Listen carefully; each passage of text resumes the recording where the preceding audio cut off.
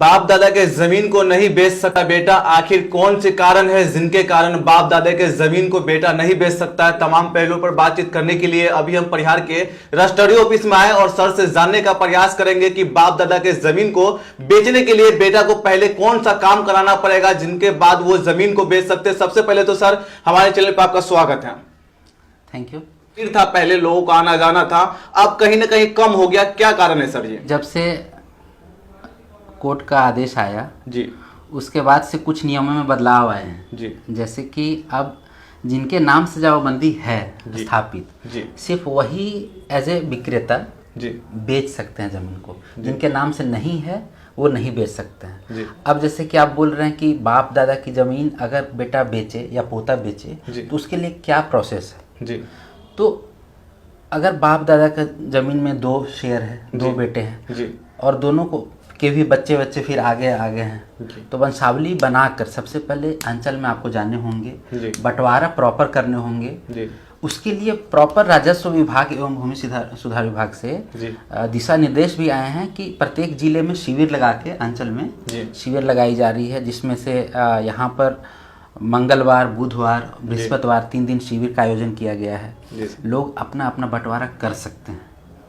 और बंटवारा करने के बाद आप जब आएंगे रजिस्ट्री ऑफिस में तो सारी प्रक्रिया वही है जैसे कि पहले थी।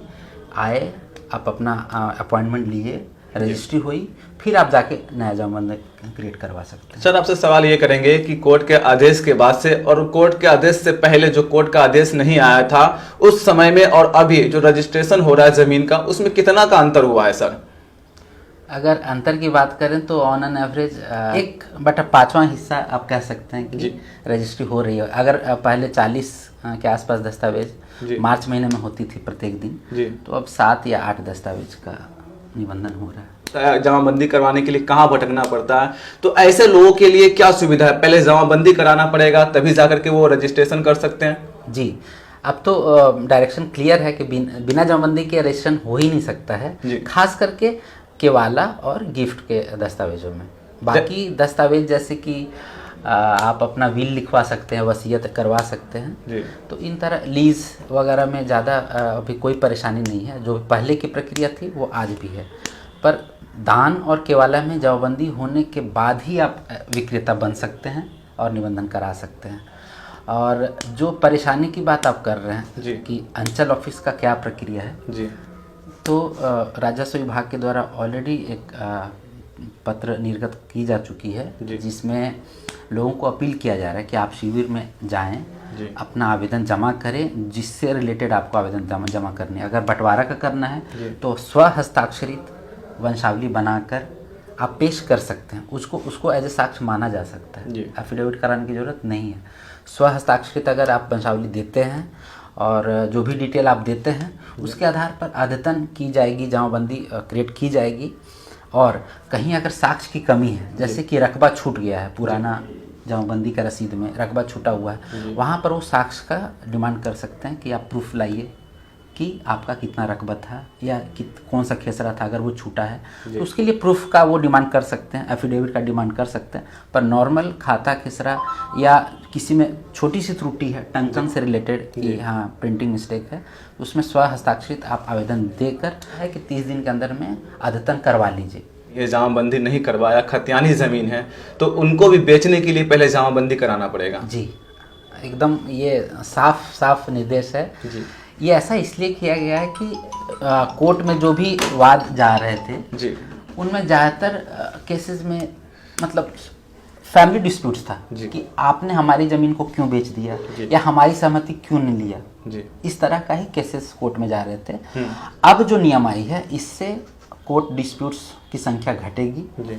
और अदालत का भी समय बचेगा। पहले जो कोर्ट में सबसे ज्यादा मामला जमीनी विवाद का जा रहा था, उसी को देखते हुए ये कोर्ट का निर्देश आया था। जी, कोर्ट में जाएंगे जी, तो निबंधन से पहले अब कोर्ट में जा रही है केसेस। निबंधन के बाद का कोई चांस ही नहीं, क्योंकि अगर जमाबंदी देख लिया गया है, जी, आधार प्रूफ देख लिया गया, उसके आधार पर अगर निबंधन की जाती है जी, तो किसी को कोई डिस्प्यूट्स रहेगा ही नहीं। जमाबंदी हम लोग को प्रस्तुत की जाती जी है सर। पार्टी के द्वारा, जी, तो हम लोग अश्योर करते हैं कि हम लोग ऑनलाइन मांगे, जी, जो भी कंप्यूटरीकृत जमाबंदी नंबर है वो देखें, जी, पोर्टल के थ्रू जी रेवेन्यू जो डिपार्टमेंट है उनके पोर्टल पर जाकर हम लोग मिलाते भी हैं, उसको मैच कराते हैं। जी वही मैच जब हो जाती है तो हम लोग मान के चलते हैं कि जो भी दस्तावेज में साक्ष्य दिया गया है वो सही है।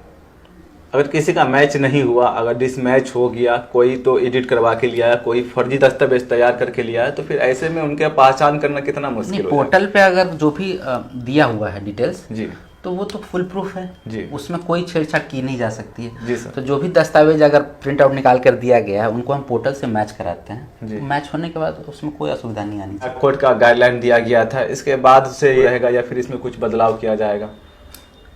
हाई कोर्ट का डायरेक्शन है, हम लोग तो फॉलो कर ही रहे हैं। जी सर।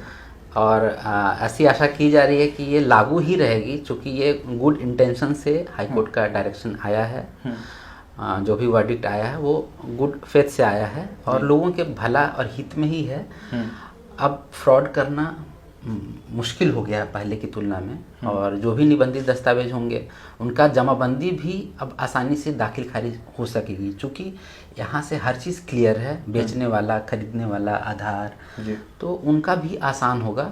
और समय अगर कुछ समय के बाद जिस हिसाब से शिविर लगाकर अद्यतनीकरण की जाएगी जमाबंदियों पंजी की और बंटवारा किया जाएगा, तो आने वाला भविष्य बहुत अच्छा होगा बिहार की जनता के लिए, जहां पर जमाबंदी का डिजिटलाइजेशन भी किया जाएगा, क्योंकि दबाव तो है राजस्व विभाग पर। अंचल अधिकारी जो भी पदाधिकारी गण हैं वो काम करेंगे, डिजिटलाइज होगा और आने वाले दिन में डिस्प्यूट्स कम होंगे।